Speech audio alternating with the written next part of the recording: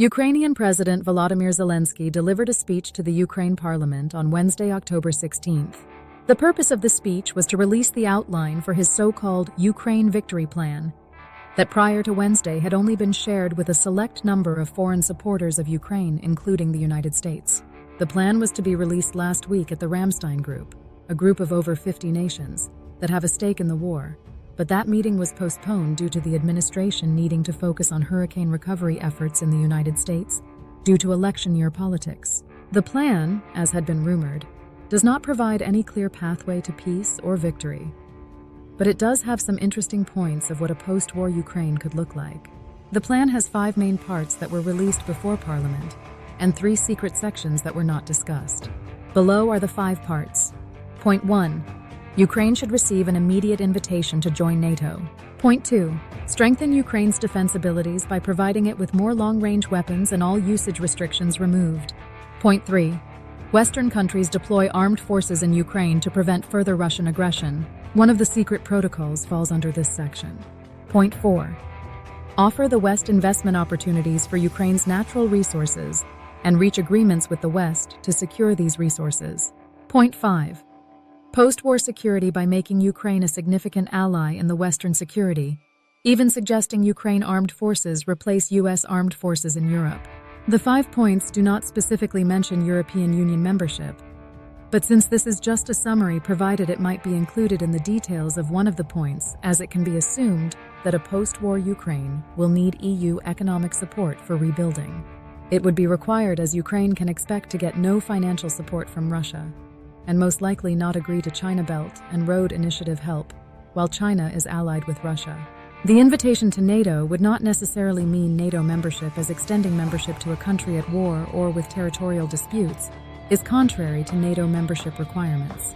The NATO rules would have to be amended to get past these requirements, which would require unanimous approval. However, offering membership would be a lower hurdle, but it would receive opposition by some NATO countries, because it would be seen as a factor in prolonging the war because of Russia's public objections of Ukraine NATO membership.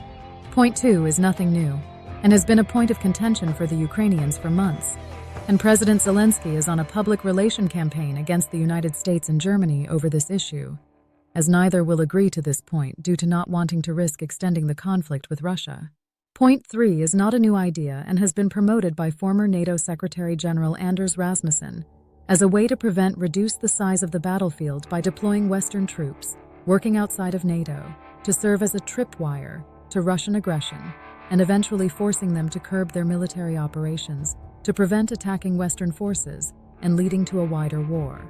French President Emmanuel Macron has also suggested a version of this idea to prevent the Russians from extending their gains in the Donbass. France currently has 1,500 legionnaires deployed in Ukraine as a part of this policy, though they are far removed from the front lines. This does have merit as a deterrent to armed aggression, but also puts Western troops in the line of fire and does create a likelihood of starting a war between Russia and the West. Point 4 is Ukraine making an offer to the West that it will provide them resources they need, and thus he is highlighting the benefits of Ukraine staying out of Russian control would benefit the West. This would make Ukraine a lucrative destination for Western foreign investment. This could be an important step in rebuilding the country. France has been a leading advocate of moving more EU country arms production to Ukraine as well, to give them an industrial base and produce military hardware, such as artillery ammunition cheaper than other EU countries. Point 5 is a post-war suggestion of how Ukraine can integrate into the Western military structure, to the point that Ukraine's security is European security and does solve part of the long-term security problem for Ukraine. The idea of Ukraine troops replacing U.S. troops in Europe is a dream of President Macron, as he started promoting in 2023 the idea of Europe being less dependent on the U.S. for its security. It will benefit the U.S., as well as it pivots much of its attention to the Western Pacific and its ongoing security concerns with China, but it is doubtful the U.S. or most European countries would agree. The 3 secret protocols are suspicious, so full evaluation of the Ukrainian plan has to be withheld along with Western support. The citizens of the West should be aware of everything that is being asked of their governments to support the Ukraine plan. The other issue is that just like officials that saw the plan before its public release, is the lack of details on how this will be executed and how it will attain victory or peace. It does give an outline of how Ukraine would like to see post-war Ukraine being integrated into Europe both militarily and financially. This would increase the value to Ukraine as a member of Europe, and would make Ukraine's security and European security real, and not a buzz phrase that it is today. The flip side of the agreement is that it is full of goals that are absolutely opposed by Russia, and could force the Kremlin to the point that there is no point in negotiating with Ukraine, and will assume the battlefield is a better alternative to attain its long-term goals and prevent this plan's implementation. This might be the Ukraine's ultimate point in that Russia will have to be forced to accept Ukraine's demands, or it must keep fighting.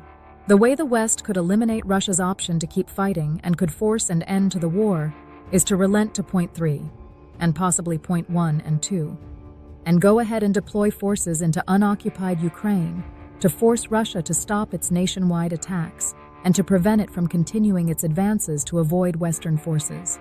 It is doubtful that there is political support in the West for such a measure while the war is still being fought. In the end, the public points of the victory plan is a roadmap to a post-war Ukraine, and would be a post-war Ukraine that Russia will not accept.